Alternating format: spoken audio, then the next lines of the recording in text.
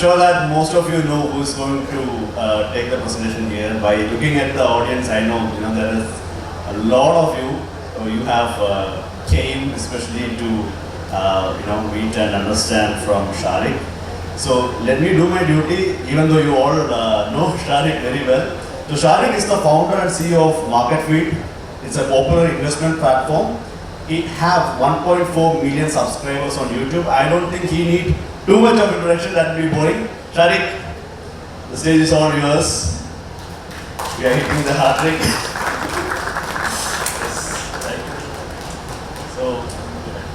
Yeah, thank you for the wonderful introduction. So, third time here at Huddle, back to back, third time.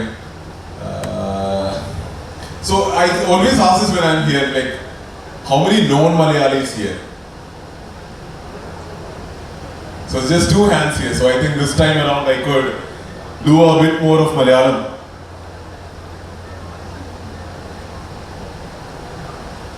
Got it. Yes. അപ്പോൾ തുടങ്ങിയല്ലേ? അപ്പോൾ ഈ 3 വർഷം ഇങ്ങനെ ചെയ്ത് വരുന്ന, I know you there. Yeah, I'll address you for sure. The people who do not understand Malayalam for sure. പക്ഷേ അപ്പോൾ ഈ 3ാമത്തെ വർഷം വരുമ്പോൾ ഇവരുടെ സംസാരിച്ചു, ഞാൻ ഇതിനെ പറ്റി സംസാരിക്കേണ്ടതെന്ന് ചോദിച്ചപ്പോൾ അവർ പറഞ്ഞു എന്തായാലും മാർക്കറ്റിംഗ് മാഡ്നസ് ആണ് ഇവന്റ്, അപ്പോൾ മാർക്കറ്റിംഗിന് അറൗണ്ട് ആയിരിക്കണം. അപ്പോൾ ഞാൻ നോക്കുമ്പോൾ ഇത് ഒരു ലെക്ചർ പോലെയാണ്. ആദ്യത്തെ വർഷം വന്നപ്പോൾ ഞാൻ എന്തായിരുന്നു മാർക്കറ്റിംഗിനെ പറ്റി സംസാരിച്ചു. കഴിഞ്ഞ വർഷത്തെ ക്ലാസ് കേട്ടവരുണ്ടോ? അപ്പൊ നിങ്ങൾക്ക് ഇതിങ്ങനെ ഒരു വർഷത്തെ ഇടവേള കഴിഞ്ഞിട്ടാണെങ്കിലും ഒരു ലെക്ചർ പോലെ ഉണ്ടാവും. അപ്പൊ കഴിഞ്ഞ വർഷം നമ്മൾ എന്താ പഠിച്ചത്? പ്രൊഡക്റ്റ് മാർക്കറ്റ് ഫിറ്റിനെ പറ്റി പഠിച്ചത്. പുള്ളിക്ക് ഓർമ്മയുണ്ട്, ബാക്കിയുള്ളവർക്ക് ഓർമ്മയുണ്ട് എന്ന് വിശ്വസിക്കുന്നു അല്ലെ? നമ്മള് പ്രൊഡക്റ്റ് മാർക്കറ്റ് ഫിറ്റ് എന്താണെന്ന് പഠിച്ചു. So I believe to a startup product market fit is really important. If you do not have your product market fit in place, പിന്നെ ഒരു പോയിന്റ് ഇല്ല. നിങ്ങൾ കമ്പനി ഓപ്പറേറ്റ് ചെയ്യുന്നതിലോ മുന്നിലേക്ക് മാർക്കറ്റിംഗ് പ്ലാൻ ചെയ്യുന്നതിലോ ഒരു point ഇല്ല. അപ്പൊ അതിനെപ്പറ്റി നമ്മൾ സംസാരിച്ചത്. പക്ഷേ so this year is the next step from there. So once you know you have product market fit, what do? How do you find effective marketing channels or effective customer acquisition channels, right? Cool? Yes. Yeah, so that's the topic, how to find the best customer acquisition channels for your startup. വെറുതെ വന്നു നിന്ന് ഒരു പുസ്തകത്തിലെ പോയിന്റുകൾ തള്ളാനല്ല ഞാൻ ഉദ്ദേശിക്കുന്നത്. എന്റെ കമ്പനിയിൽ നമ്മൾ ആക്ച്വലി യൂസ് ചെയ്യുന്ന സംഭവം, അതുപോലെ നമ്മൾ ഉണ്ടാക്കിയ സാധനമല്ല. Again, this is not something I made up. We read multiple books, multiple articles, കുറെ ലിറ്ററേച്ചർ റെഫർ ചെയ്തിട്ട് ഒരു പ്രോപ്പർ ഫ്രെയിം വർക്ക് ഉണ്ട്. അല്ലാതെ വെറുതെ എങ്ങനെയെങ്കിലും കസ്റ്റമറെ അക്വയർ ചെയ്യും എന്നല്ലാതെ ഒരു പ്രോപ്പർ ഫ്രെയിം വർക്ക് ഉണ്ട്. We learn that framework, how we do it, so that you can also probably do it at your startup. Sure? Excited? Let's do it. അപ്പോൾ I hope a lot of you know me already, but if you do not, I'm Sharik Shamsudi. I'm the CEO and founder of MarketFeed. So MarketFeed എന്ന platform, again നിങ്ങൾക്ക് എന്നെ അറിയുന്നത് ഒരു YouTuber ആയിട്ടായിരിക്കാം. യൂട്യൂബിലൂടെ എന്റെ brand ഫണ്ട്ഫോളിയോ എന്ന brand നിങ്ങൾ ആദ്യം കേട്ടിട്ടുണ്ടാകും. പക്ഷേ what we do today, the company is called MarketFeed. So MarketFeed is a platform which helps you invest your money into amazing trading and investment strategies which are automated in your own account. അതായത് നിങ്ങളുടെ കയ്യിൽ കുറെ പൈസ ഉണ്ട്, എന്നാൽ നിങ്ങൾക്ക് ആ പൈസ എവിടെ ഇൻവെസ്റ്റ് ചെയ്യണം എന്ന് അറിയില്ല, എങ്ങനെ ട്രേഡ് ചെയ്യണമെന്ന് അറിയില്ല എങ്കിൽ, നിങ്ങൾക്ക് അത് പഠിക്കാൻ താല്പര്യമില്ല എങ്കിൽ, നിങ്ങൾക്ക് അതിന് കഴിവില്ല എങ്കിൽ, നിങ്ങൾക്ക് നിങ്ങളുടെ ജീവിതത്തിൽ ജോബിൽ ഫോക്കസ് ചെയ്യണം, നിങ്ങളുടെ ബിസിനസ്സിൽ ഫോക്കസ് ചെയ്യണം, നിങ്ങൾക്ക് ട്രേഡിംഗിലും ഇൻവെസ്റ്റ്മെന്റിലും നിങ്ങൾക്ക് കൊടുക്കാൻ സമയമില്ല എങ്കിൽ, we'll help you there. You can come to us. We'll give you great trading investment strategies and those will be run in your account and you can probably get the benefits of that. So MarketFeed is more like an investment platform. So that is what we are building. On top of that, yes, absolutely, I'm there on YouTube as well. Off late അത്ര active അല്ല. കഴിഞ്ഞ ഒരു വർഷം എനിക്ക് 2-3 videos ഒന്നും ആയിട്ടുള്ളൂ. Obviously because I am primarily an entrepreneur, right? എന്റെ YouTube എന്റെ ഓണ്ടർപ്രണർഷിപ്പ് ജേർണിയിൽ എന്നെ ഹെൽപ്പ് ചെയ്തിട്ടുണ്ട്. പക്ഷെ പ്രൈമറിലി ഞാനൊരു ഓണ്ടർപ്രണർ ആണ്. അപ്പൊ ഇന്ന് ഞാനിങ്ങനെ നടന്നു വരുമ്പോൾ എന്നെ കാണുന്നവരെല്ലാവരും ബ്രോ സ്റ്റോക്ക് മാർക്കറ്റിന്റെ വീഡിയോ കാണലുണ്ട്, അടിപൊളി എന്ന് പറയും. Which is nice, but primarily I am an entrepreneur. എന്റെ ഒബ്ജക്റ്റീവ്, എന്റെ ലൈഫിന്റെ ഒബ്ജക്റ്റീവ്, അല്ലെങ്കിൽ ഞാൻ ഹാപ്പിനെസ് കണ്ടെത്തുന്നത് എന്റെ വെഞ്ചർ വലുതാകുമ്പോഴാണ്, എന്റെ business വലുതാകുമ്പോഴാണ്. That is where I find my true happiness.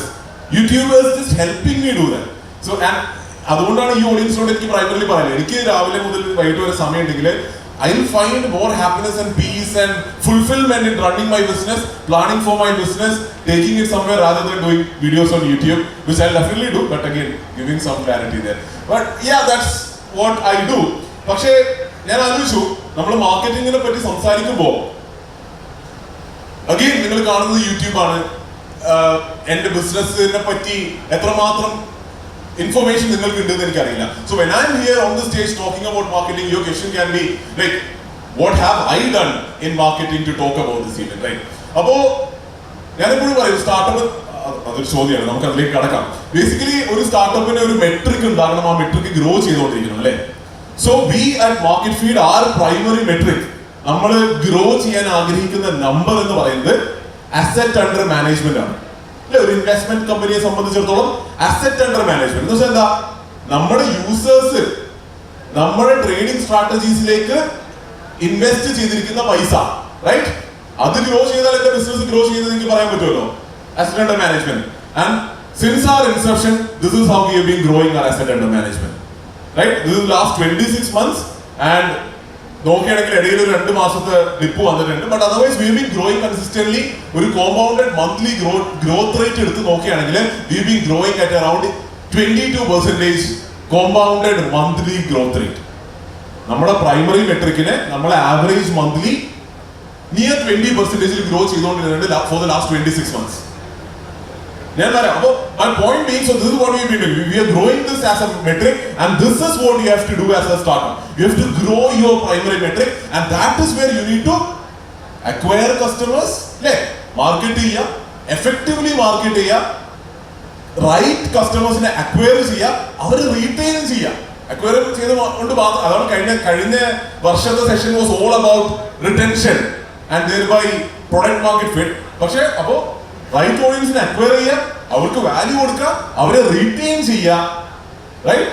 And that is when you have a good business. That's only when you have a good business and this is how we have been growing. അപ്പോൾ ഇതിങ്ങനെ grow ചെയ്യാൻ പറ്റിയിട്ടുണ്ടെങ്കിൽ നമ്മൾ this is not just a function of acquisition, ഇല്ലേ? നമ്മൾ customer acquire കൊണ്ട് മാത്രം ഇരുന്നാൽ ഒരു മെട്രിക് ഗ്രോ ആവില്ല.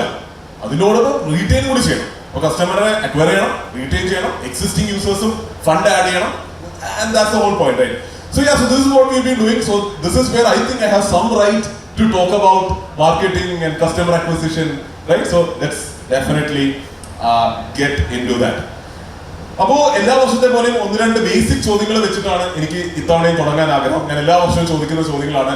Given that there are new audience here, the very basic question being, എന്താണ് ഒരു സ്റ്റാർട്ടപ്പ്, അല്ലേ?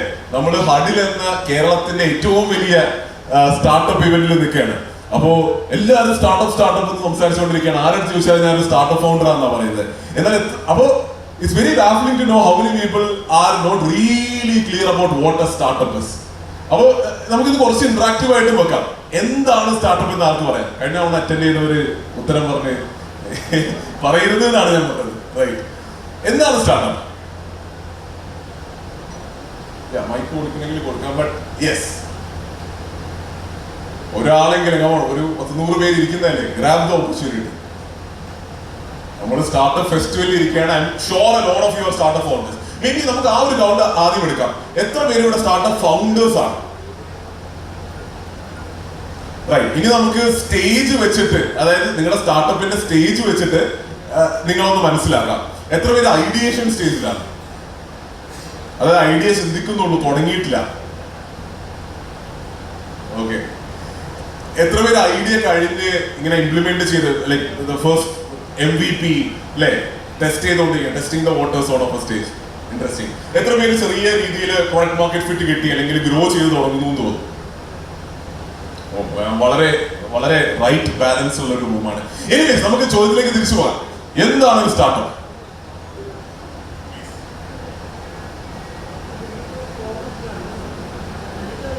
Either an idea or some problem. We take the problem and find a solution and deliver to the market. അപ്പോൾ ഇവിടെ നല്ലൊരു ചായ കുടിക്കാൻ setup ഇല്ല, അപ്പോ അതൊരു പ്രോബ്ലം ആണെന്ന്. അപ്പൊ so if you solve for it by starting a tea stall here, is that a startup? അല്ല, റൈറ്റ് ഓഡിയൻസിന് ഒരു സ്കെയിൽ ചെയ്യാൻ പറ്റിയ ഒരു ഓഡിയൻസ് ഇപ്പൊ പറഞ്ഞ വാക്കുണ്ട്. നല്ല റൈറ്റ് ഓഡിയൻസിന് സ്കെയിൽ ചെയ്യാൻ പറ്റിയതാണ്. അപ്പൊ താങ്ക് യു വെരി മച്ച്. കൊടുക്കാവുന്ന ഈ ഗ്രാബ് ഓപ്പർച്യൂണിറ്റി. കമോൺ. അപ്പോ സ്റ്റാർട്ടപ്പ്, കാരണം ഞാനും ഈ ജേണിയിലൂടെ വന്നതാണ്. ഞാനിപ്പോ അപ്പൊ നമ്മളും ഈ ജേണിയിലൂടെ കടന്നു വരുമ്പോ സ്റ്റാർട്ടപ്പ് ഡെഫിനറ്റ്ലി ഗ്ലാമറസ് അല്ലേ? സ്റ്റാർട്ടപ്പ് എന്ന വാക്ക് ഭയങ്കര കൂളാണ് അല്ലെ? നമുക്ക് നാലാളുടെ മുന്നിൽ എന്നിട്ട് സ്റ്റാർട്ടപ്പ് ഫൗണ്ടർ എന്ന് പറയാൻ, ഞാൻ സ്റ്റാർട്ടപ്പ് തുടങ്ങി എന്ന് പറയാൻ it's definitely glamorous. And because it is glamorous, people do get into it, and I also got into it for that matter. അപ്പൊ എനിക്കും സ്റ്റാർട്ടപ്പ് കൂൾ ആയതുകൊണ്ട് ഗ്ലാമറസ് ആയിട്ട് അത് പറയാൻ ഇഷ്ടമാണ്. എനിക്ക് തോന്നുന്നു എന്റെ ജേണിയിലും ആദ്യത്തെ ഒരു 5-6 വർഷം എനിക്കും ആക്ച്വലി സ്റ്റാർട്ടപ്പിന്റെ അർത്ഥം അറിയുണ്ടായിരുന്നില്ല. ഞാൻ വിചാരിച്ചു ഈ പറഞ്ഞ പോലെ ഒരു പ്രോബ്ലം സോൾവ് ചെയ്താല്, ഇല്ലെങ്കിൽ കുറച്ച് ടെക് യൂസ് ചെയ്താൽ അല്ലേ, കുറച്ച് ടെക് യൂസ് ചെയ്താല് സ്റ്റാർട്ടപ്പ് ആയി. ടെക് യൂസ് ചെയ്യാത്തവരൊന്നും സ്റ്റാർട്ടപ്പ് അല്ല. നമ്മള് കുറച്ച് പ്രായം കുറഞ്ഞ ആൾക്കാർ ഒരു മുറിയിലിരുന്ന് ടെക് ഒക്കെ വെച്ച് കോഡ് ചെയ്തൊരു സാധനം വലിയ സ്റ്റാർട്ടപ്പ് ആയി എന്നൊരു തോന്നൽ എനിക്കും ഉണ്ടായി. പക്ഷെ റിയൽ ഡെഫിനിഷൻ ഓഫ് സ്റ്റാർട്ടപ്പ് എന്ന് പറഞ്ഞാൽ വേറെ ഒന്നുമല്ല. Startup is equal to growth. ഈ പറഞ്ഞൊന്നും ഞാൻ പറയണല്ലോ, ഇത് പോൾ ഗ്രഹാം പറഞ്ഞിട്ടുള്ളതാണ്. YC-ന്റെ ഫൗണ്ടർ ആയിട്ടുള്ള പോൾ ഗ്രഹാം പറഞ്ഞിട്ടുള്ള സാധനമാണ്. സ്റ്റാർട്ടപ്പ് എന്താണ്? Startup is any organisation. അവിടെ ടെക് ഉപയോഗിച്ചാലും ടെക് ഉപയോഗിച്ചില്ലെങ്കിലും, പ്രോബ്ലം സോൾവ് ചെയ്താലും പ്രോബ്ലം സോൾവ് ചെയ്തില്ലെങ്കിലും, is any company which can keep growing very quickly and attack a very large ceiling. എന്താ? മാസം ഇയർ ഓൺ ഇയർ ഗ്രോ ചെയ്തുകൊണ്ടിരിക്കുക, കുറെ നാളത്തേക്ക് ഗ്രോ ചെയ്തുകൊണ്ടിരിക്കുക, ഒരു വലിയ സീലിംഗ് എത്തുന്നത് വരെ, ഒരു വലിയ സീലിംഗ് അടിക്കുന്നത് വരെ ഗ്രോ ചെയ്തുകൊണ്ടിരിക്കാൻ പറ്റിയ എന്തും സ്റ്റാർട്ടപ്പാണ്. ക്ലിയർ? മനസ്സിലായോ? അങ്ങനെ ചിന്തിക്കണ്ടേ? അപ്പൊ ഇങ്ങനെ നടക്കണമെങ്കിൽ എന്ത് വേണം? മാസാമാസം ഗ്രോ ചെയ്യണമെങ്കിൽ, വലിയ സീലിംഗ് എത്തണമെങ്കിൽ എന്ത് ചെയ്യണം? വലിയ മാർക്കറ്റ് സൈസ് വേണം, റിയൽ പ്രോബ്ലം സോൾവ് ചെയ്യണം, പ്രോബബ്ലി ടെക്നോളജി വേണ്ടി വരും. So they are just enablers. But what defines a startup is nothing but growth, and growth to a large scale. Clarity ഉണ്ടല്ലോ? എനിക്കറിയാം സമയത്തിന്റെ ക്രഞ്ചിലോട് കുറച്ച് പെട്ടെന്ന് പോയിട്ട് വരും. അപ്പോൾ ചോദ്യം now that we understand what a startup is, question is when should you start marketing? ഇനി പെട്ടെന്ന് പോവാം. Just one line answer. When should we start? When should we even think about starting marketing?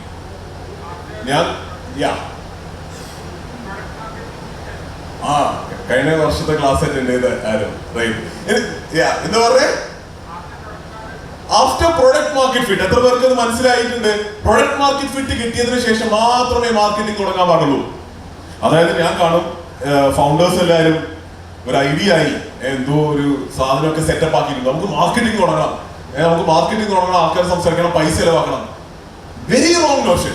Marketing എന്നുള്ള സാധനം actively യൂസേഴ്സിന്റെ നമ്മുടെ സിസ്റ്റത്തിലേക്ക് കൊണ്ടുവരുന്നത് ഇത് കഴിഞ്ഞിട്ട് മാത്രമാണ്.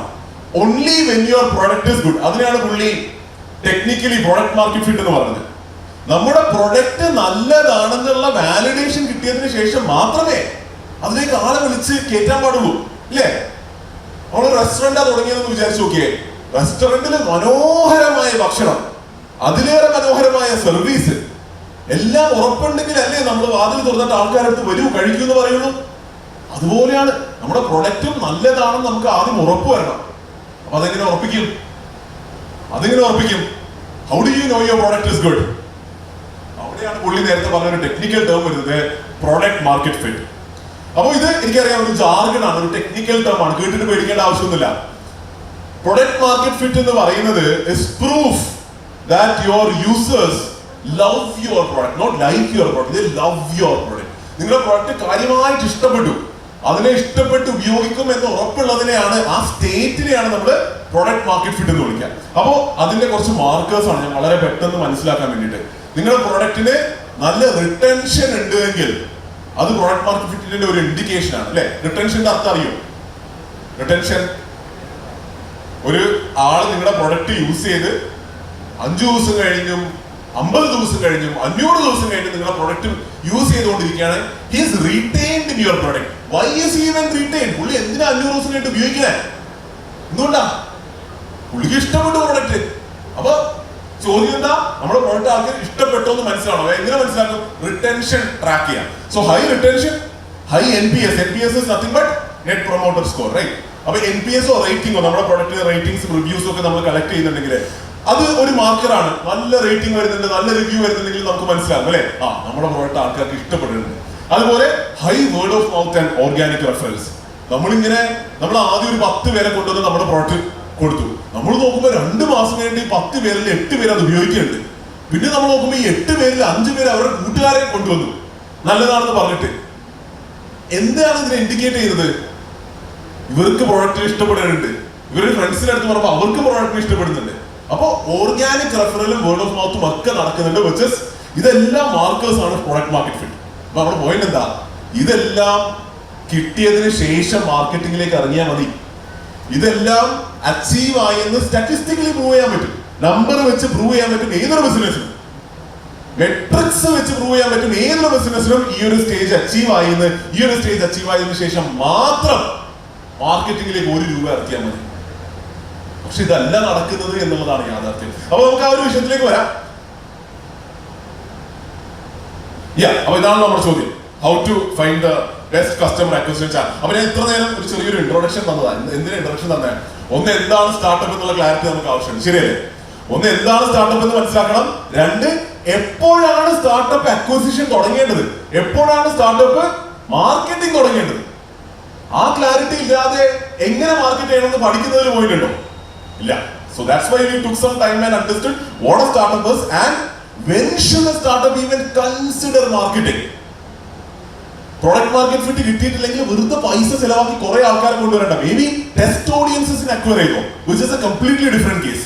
ടെസ്റ്റ് ഓഡിയൻസിന് കൊഹേർട്സിൽ, അതായത് ബാച്ചസിൽ 50 പേരെ 100 പേരെ 200 പേരെ പല പല ബാച്ചസിൽ കൊണ്ടുവന്നിട്ട് അവർക്ക് പല എക്സ്പീരിയൻസ് കൊടുത്തിട്ട് ടെസ്റ്റ് ചെയ്ത് നോക്കിക്കോ, പ്രൊഡക്റ്റ് മാർക്കറ്റ് ഫിറ്റ് വാലിഡേറ്റ് ചെയ്യാൻ നോക്കിക്കോ. പക്ഷെ അതൊന്നും is not active efforts in marketing at scale.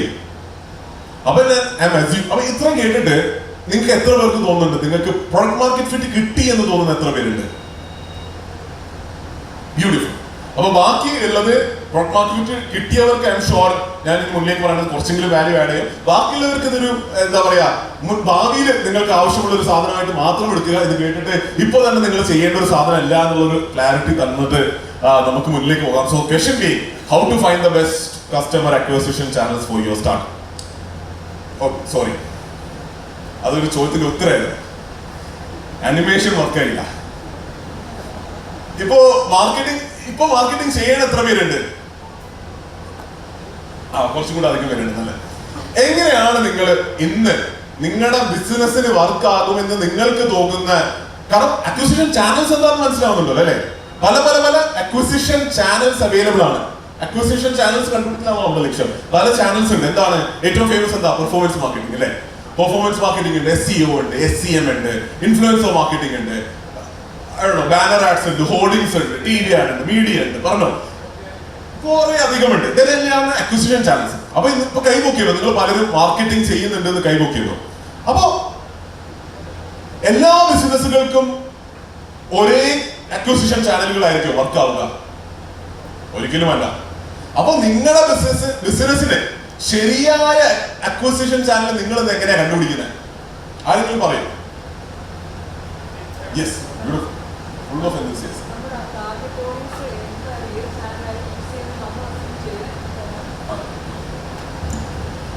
നമ്മുടെ ടാർഗറ്റ് ഓഡിയൻസ് എവിടെയാണെന്ന് നമ്മൾ കണ്ടുപിടിക്കുക, എന്നിട്ട് ആ ചാനൽസ് നമ്മൾ മാർക്കറ്റ് ചെയ്യാൻ നോക്കുക. ഫസ്റ്റ് ഓഫ് ഓൾ വളരെ വളരെ ശരിയാണ്. അതൊരു എന്തോ ഒരു ഫ്രെയിംവർക്ക് ഇവിടെ ഉണ്ട് അല്ലേ? Very nice. So there some logic to it. അപ്പൊ ഇവിടെയും എന്താ, നമ്മുടെ ടാർഗറ്റ് ഓഡിയൻസ് എവിടെ ആയിരിക്കും എന്നുള്ളത് നമ്മൾ അസ്യൂം ചെയ്യുക, എന്നിട്ട് അതൊക്കെ ഒന്ന് ട്രൈ ചെയ്ത് നോക്കുക എന്നുള്ളതാണ് ആൻസർ. അത് വളരെ നല്ലൊരു ആൻസർ ആണ്. അപ്പൊ ടാർഗറ്റ് ഓഡിയൻസ് എന്റെ മനസ്സിൽ ഞാൻ ചിന്തിച്ചാല് ഒരു പോപ്പുലർ 20 അക്വിസിഷൻ ചാനൽസ് ഉണ്ട്. അപ്പോ ടാർഗറ്റ് ഓഡിയൻസിന് മേ ബി ഒരു 10 ചാനലില് ആ ടാർഗറ്റ് ഓഡിയൻസിലേക്ക് എത്താൻ പറ്റുമെന്നൊരു അസംഷൻ എനിക്ക് ഉണ്ടെങ്കിൽ ആ 10ന് ഞാൻ എങ്ങനെ എക്സ്പെരിമെന്റ് ചെയ്യും? കോസ്റ്റ് ഓഫ് കസ്റ്റമർ അക്വിസിഷൻ നോക്കിക്കഴിഞ്ഞാൽ നമുക്കൊരു മെട്രിക്സ് ആയിട്ട് അത് വെച്ചുകൊണ്ട് അതൊരു നല്ല മെട്രിക് ആണ് ടു ഇവാലുവേറ്റ്. പക്ഷേ 10 അക്വിസിഷൻ ചാനൽ നല്ലതാണെന്ന് നമുക്ക് തോന്നുന്നു. അപ്പോ അതിൽ ഏതാണെന്ന് എങ്ങനെ കണ്ടെത്തും? ഒരു പൈലറ്റ് ഇത് നടത്തിയിട്ട് അതിൽ നിന്ന് കോസ്റ്റ് നോക്കിയാൽ മതിയല്ലോ. Something like that. അപ്പൊ ഇന്ന് പൊതുവെ 5 മിനിറ്റ്സ് ഉണ്ട്, 20 സ്ലൈഡ് ബാക്കിയുണ്ട്. വെരി സോറി, പെട്ടെന്ന് നമ്മൾ തീർക്കാം. റൈറ്റ്. അപ്പോ ഏറ്റവും കൂടുതൽ കണ്ടുവരുന്ന സംഭവം എന്ന് വെച്ചാൽ ഇതാണ് സ്പ്രേ ആൻഡ് പ്രേ. ഇതാണ് ഇത്. ഇപ്പൊ ഞാൻ പറയുന്നതല്ല, ഇത് ലോകത്തിൽ ഏറ്റവും കണ്ടുവരുന്ന പ്രശ്നവും ഇതാണ്. സ്പ്രേ ആൻഡ് പ്രേ. ഇത് അർത്ഥം എന്താ? എല്ലാം കൂടെ ചെയ്തു നോക്കുക, ഏതെങ്കിലും വർക്ക് ചെയ്താലോ അല്ലേ? പടച്ചോനെ കാത്തോളി.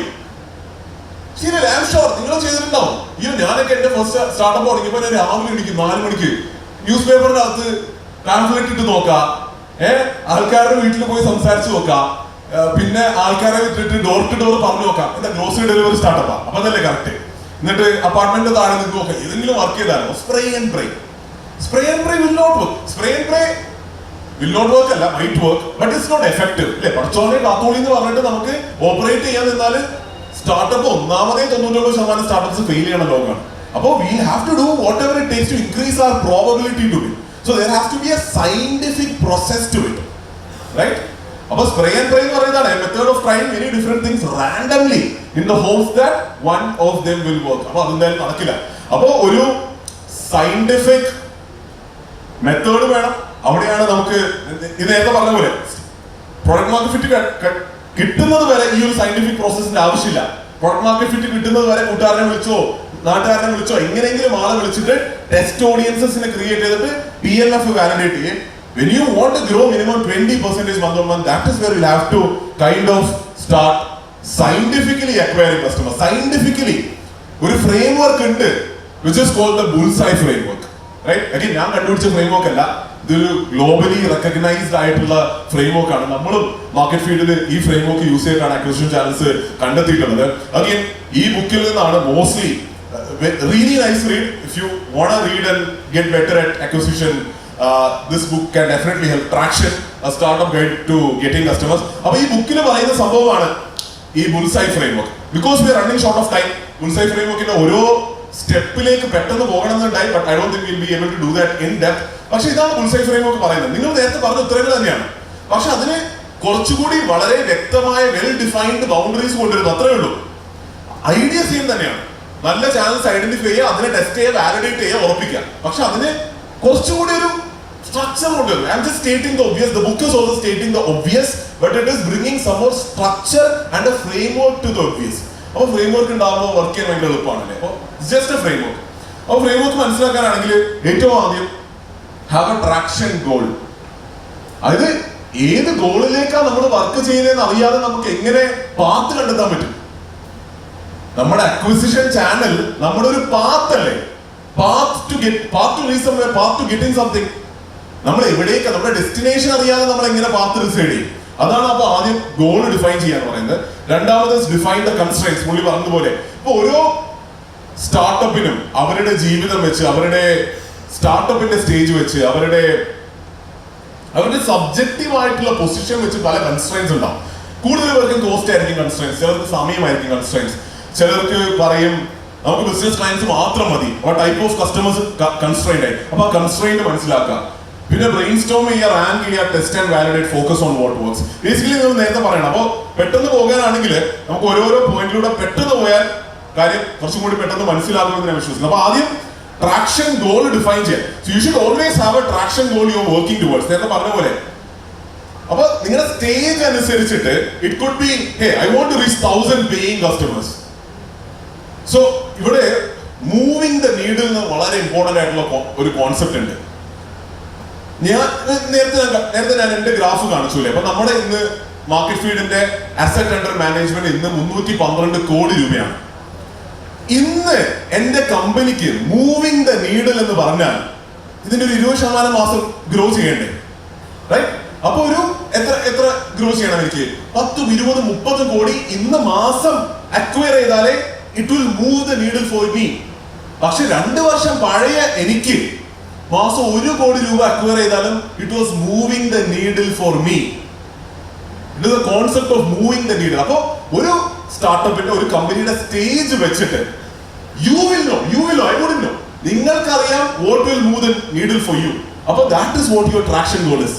നിങ്ങൾ വളരെ ചെറിയ സ്റ്റേജിലാണെങ്കിൽ ഒരാഴ്ച 10 കസ്റ്റമർ അക്വയർ ആയിരിക്കും നിങ്ങളുടെ മൂവിങ് ദ നീഡിൽ. അപ്പോ അത് എഴുതുക, എനിക്ക് 10 കസ്റ്റമറാണ് അക്വയർ ചെയ്യേണ്ടത്. കാരണം എന്താ, നിങ്ങളുടെ ബാക്കി full planning process dependent on this destination of yours. വേറൊരു സ്റ്റാർട്ടപ്പ് വേറെ സ്റ്റേജിലാണെങ്കിൽ നിങ്ങൾക്ക് ഈ പറഞ്ഞ പോലെ 1000 കസ്റ്റമറിന് ഒരു ആഴ്ച കൊണ്ടുവരായിരിക്കും. അപ്പോൾ നിങ്ങളുടെ പ്ലാനിങ് അതുപോലെ പോകും. So it's very important to start with what your goal is, right? Yeah, so your traction strategy should always be focused on moving the needle for your company. ആ moving the needle concept എനിക്ക് ആദ്യം കേട്ടപ്പോൾ എനിക്ക് ഭയങ്കര ഹിറ്റായ ഒരു സാധനം, ഭയങ്കര അല്ലേ, thank you for the node. ഭയങ്കര ഹിറ്റ് ചെയ്തൊരു സാധനമാണ്. എനിവേസ്, എന്നിട്ട് ഈ പറഞ്ഞ പോലെ കൺസ്ട്രെയിൻസ് ഡിഫൈൻ ചെയ്യാം. ഇപ്പൊ ടൈം ആകാം, മണി ആകാം, ടാർഗറ്റ് ഓഡിയൻസ് ആകാം, നേരത്തെ പറഞ്ഞതുപോലെ ലീഗൽ ആകാം. ഇപ്പൊ നമ്മുടെ ഞാനൊക്കെ ഓപ്പറേറ്റ് ചെയ്യുന്ന സ്പേസിൽ കുറെ ലീഗൽ കൺസ്ട്രെയിൻസ് ഉണ്ട്. അപ്പോ ഇതും എഴുതുക. ഇത് ഫ്രെയിംവർക്ക് എന്ന് പറയുമ്പോൾ ഇതെല്ലാം ഒരു സ്പ്രെഡ്ഷീറ്റ് എടുത്തിട്ട് എഴുതി പോകുക. എന്റെ അവസാനം കുറച്ചും കൂടി ബ്യൂട്ടിഫുൾ ആയിട്ടുള്ള സ്ഥലത്തേക്ക് നമ്മൾ എത്തുന്നുണ്ട്.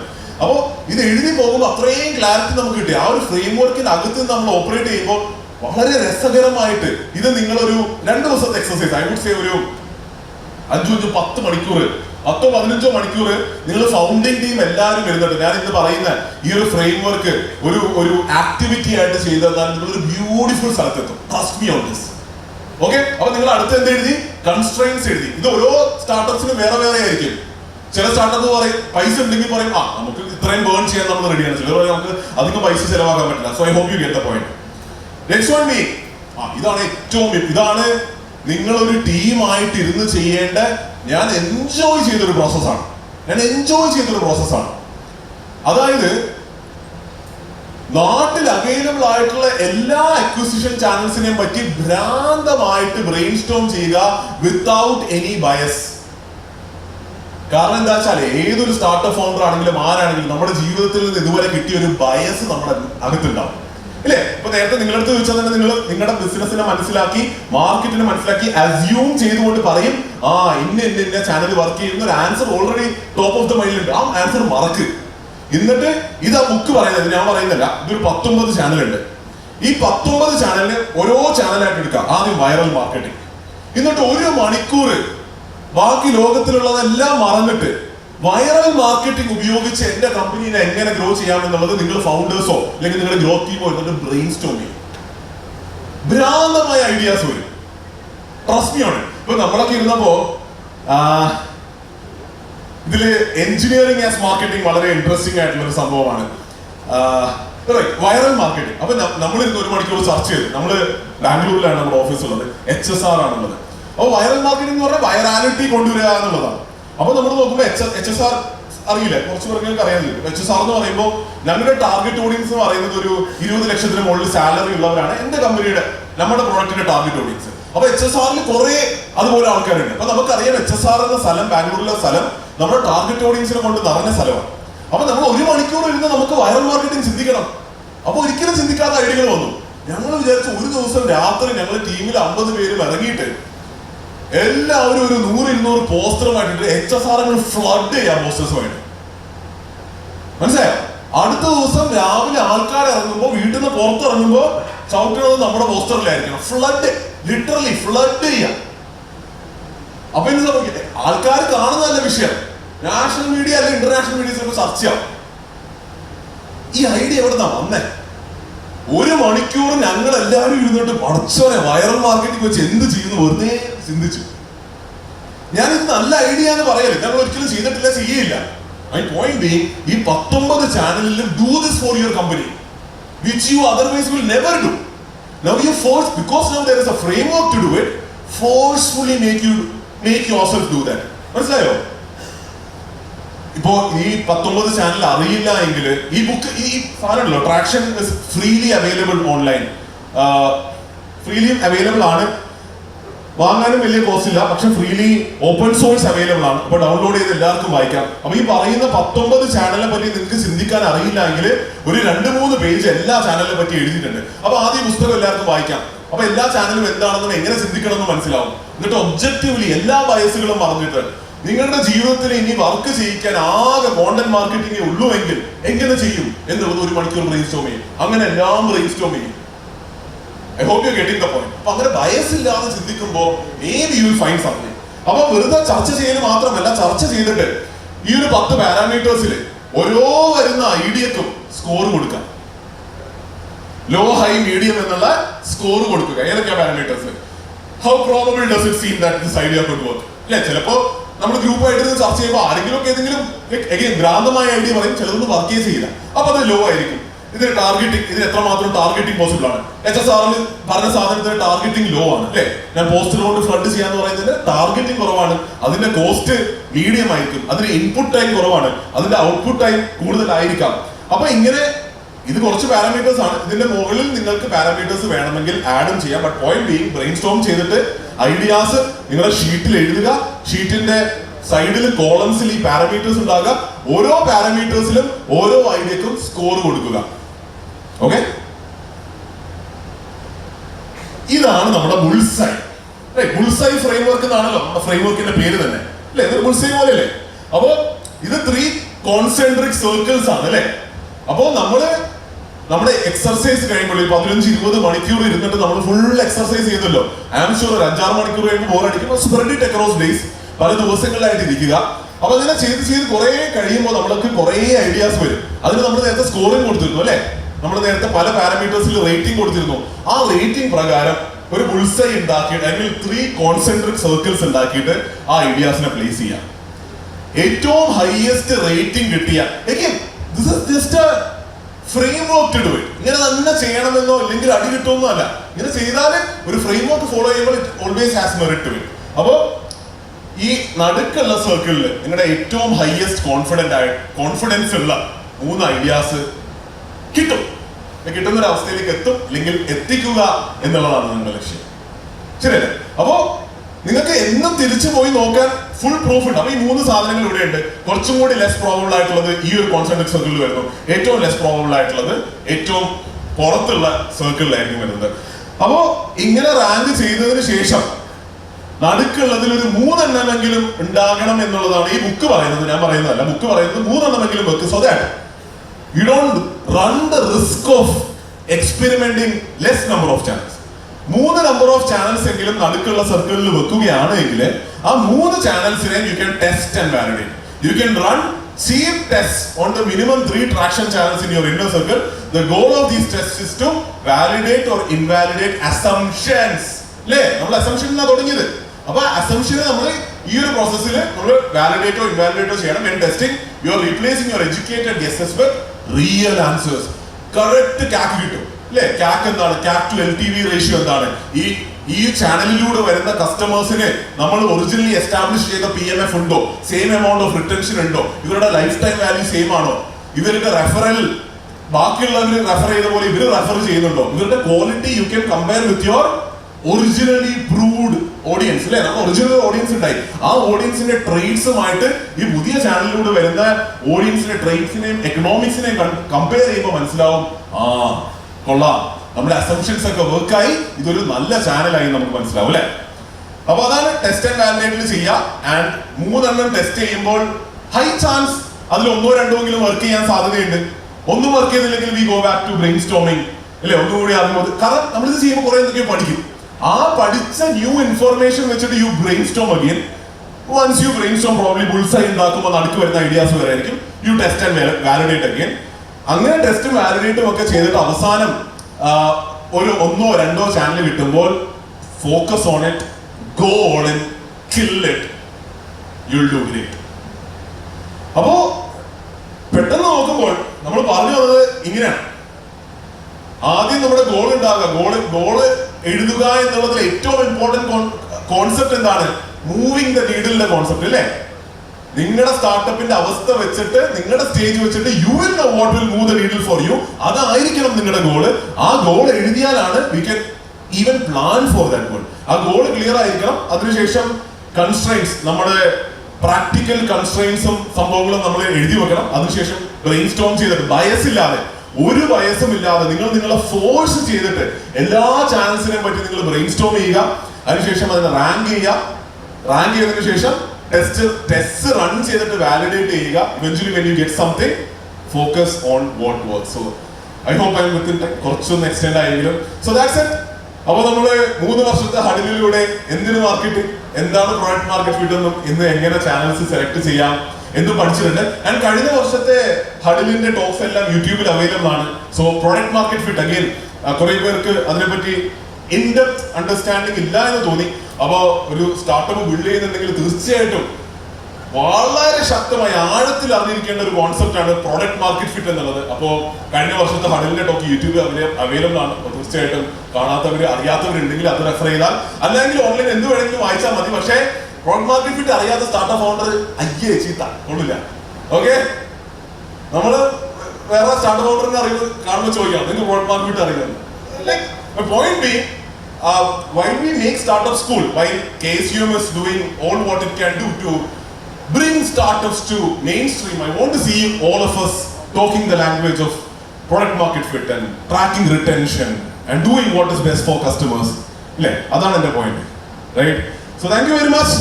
I think I'm ending here. Email me. That's the best way to reach me. Sharik@marketfeed.com. We are short of time. Sharik will be available offline to take the questions. If anybody have a really pressing question, I can give one option. One chance to, only one question, not sub questions.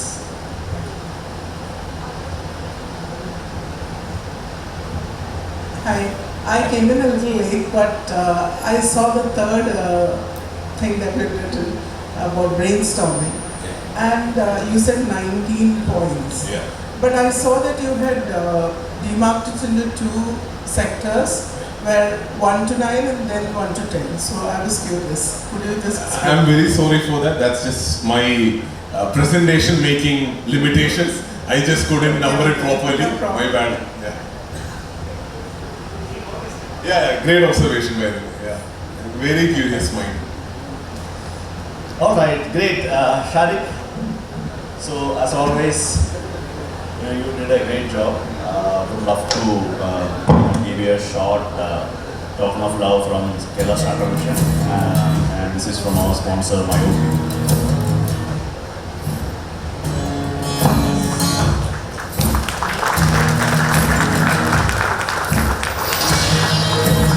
Thank you so much.